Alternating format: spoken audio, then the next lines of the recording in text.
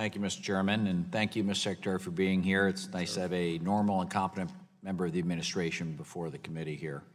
I would like to go back to Chairman Walden's comments regarding the power marketing administrations. As you might imagine, that's a bipartisan issue in my part of the country. Page 14 of your testimony, you state, budget proposes the sale of transmission assets of the Western Area Power Administration, Bonneville Power Administration, and Southwestern Power Administration, and to reform the laws governing how the PMAs establish power rates, et cetera. Frankly, as a member of Congress in the Pacific Northwest, very concerned about the administration's continued insistence we sell off transmission assets to the Bonneville Power Administration and require them to sell power at market rates.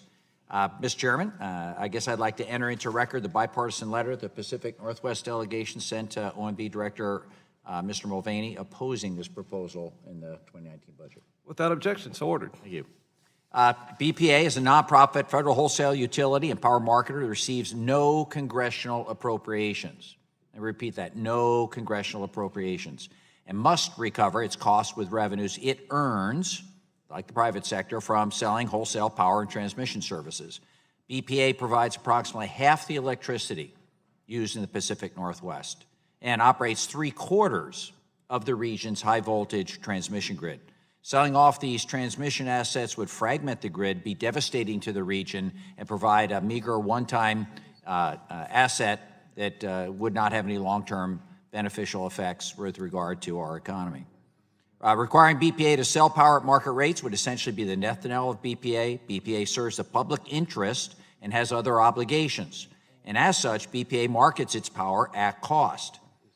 Historically, it's provided some of the lowest cost electricity in the nation, natural gas having put some pressure on it, obviously, at this point. And that, coupled with BPA's increased court-mandated spill and fish recovery operations, which account now for 1/3 of the rates that Pacific Northwest folks pay, and the Treasury consequently does not have to pay, has put additional cost pressures on the agency and driven their costs up some. Requiring BPA to sell its power at market rates would drive them into the red, make them unable to meet their obligations to the Treasury, actually costing taxpayer money, strand the federal government with a very expensive, non-functioning asset, and put federal taxpayers on the hook for the fish mitigation costs, which come to the tune of almost $1 billion, I think a little over $1 billion a year. There's been overwhelming bipartisan, bicameral opposition, as the chairman of the full committee testified to, opposition to the administration's proposal. 8 members of this committee, including my fellow Northwest colleagues, Ms. McMorris-Rodgers and Chairman Walden, sent a letter to our budget committee this year that I referenced, asking them to reject the proposal. Yet once again, it seems like we're here. So our region already produces some of the cleanest power that we've talked about, very affordable. We repay the Treasury with interest. So if you can explain to me what problem the administration's actually trying to solve with this proposal. Ms. Schrader, let me just remark that maybe it's my best addition here would be, I'm reminded of a Kenny Rogers song where he talked about you need to know when to hold them and know when to fold them.